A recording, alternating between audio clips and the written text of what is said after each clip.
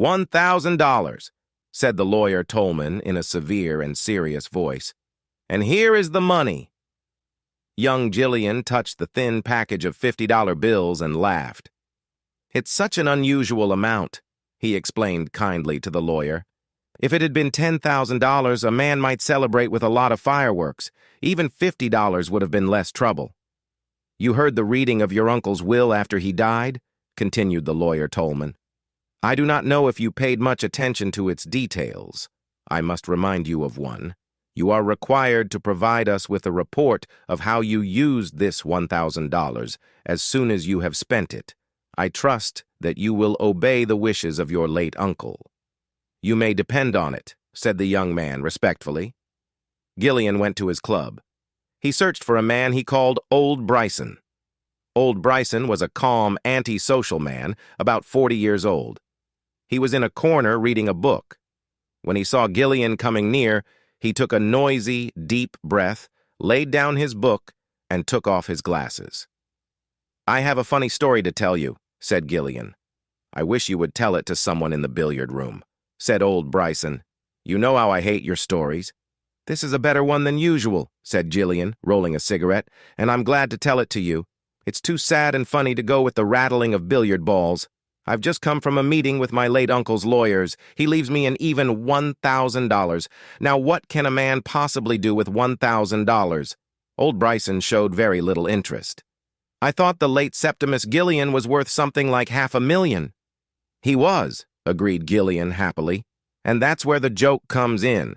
He has left a lot of his money to an organism.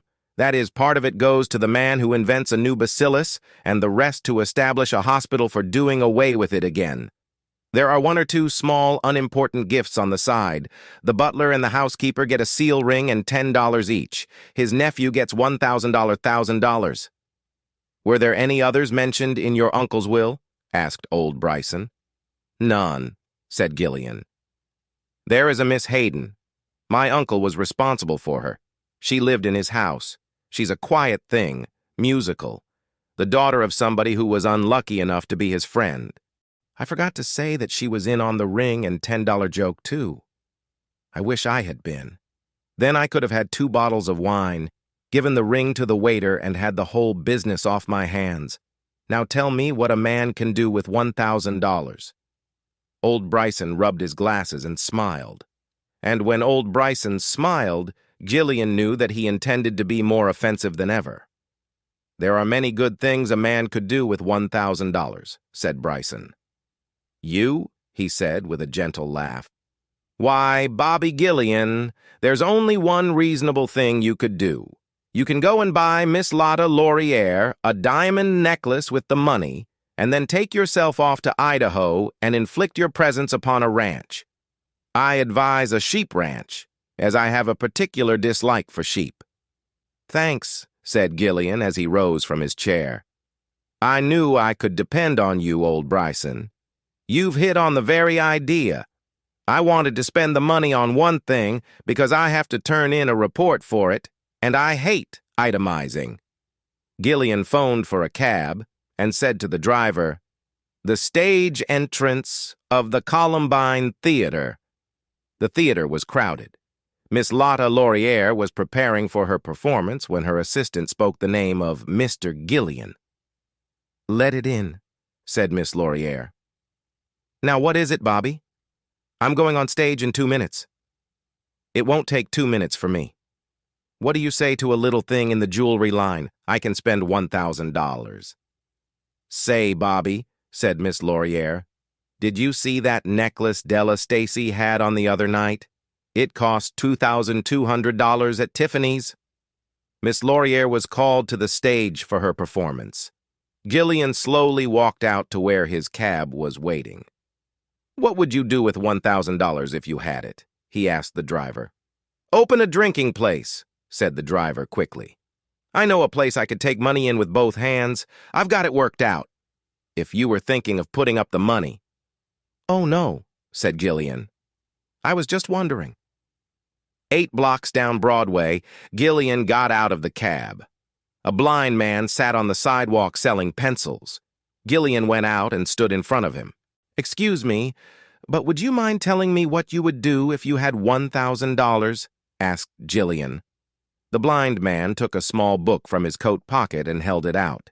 Gillian opened it and saw that it was a bank deposit book. It showed that the blind man had a balance of $1,785 in his bank account. Gillian returned the bank book and got back into the cab. "I forgot something," he said. "You may drive to the law offices of Tolman and Sharp." Lawyer Tolman looked at Gillian in a hostile and questioning way. "I beg your pardon," said Gillian cheerfully. "But was Miss Hayden left anything by my uncle's will in addition to the ring and the $10? "Nothing," said Mr. Tolman. "I thank you very much, sir," said Gillian, and went to his cab. He gave the driver the address of his late uncle's home. Miss Hayden was writing letters in the library. The small, thin woman wore black clothes, but you would have noticed her eyes. Gillian entered the room as if the world were unimportant. "I have just come from old Tolman's," he explained. "They have been going over the papers down there. They found a—" Gillian searched his memory for a legal term. "They found an amendment or a postscript or something to the will. It seemed that my uncle had second thoughts and willed you $1,000. Tolman asked me to bring you the money. Here it is." Gillian laid the money beside her hand on the desk. Miss Hayden turned white. "Oh," she said, and again, "Oh." Gillian half turned and looked out the window. In a low voice he said, "I suppose, of course, that you know I love you." "I am sorry," said Miss Hayden as she picked up her money. "There is no use?" asked Gillian, almost lightheartedly. "I am sorry," she said again. "May I write a note?"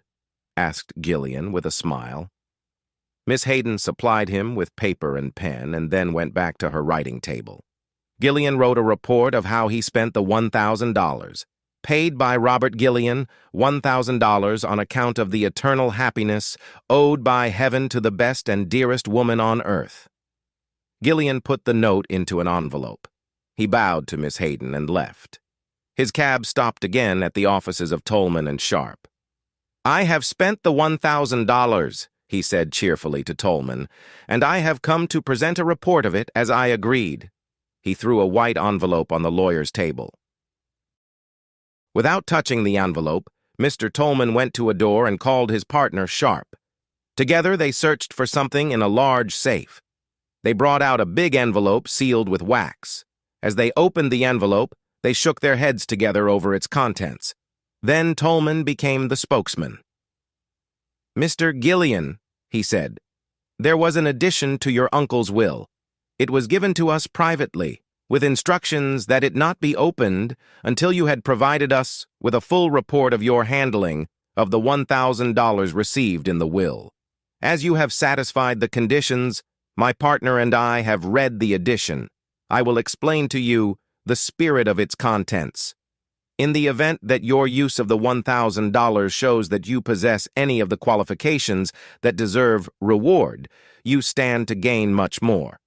If your disposal of the money in question has been sensible, wise, or unselfish, it is in our power to give you bonds to the value of $50,000. But if you have used this money in a wasteful, foolish way, as you have in the past, the $50,000 is to be paid to Miriam Hayden, ward of the late Mr. Gillian, without delay. Now, Mr. Gillian, Mr. Sharp and I will examine your report of the $1,000. Mr. Tolman reached for the envelope. Gillian was a little quicker in taking it up. He calmly tore the report and its cover into pieces and dropped them into his pocket. "It's all right," he said smilingly. "There isn't a bit of need to bother you with this. I don't suppose you would understand these itemized bets anyway. I lost the $1,000 on the races. Good day to you, gentlemen." Tolman and Sharp shook their heads mournfully at each other when Gillian left. They heard him whistling happily in the hallway as he waited for the elevator.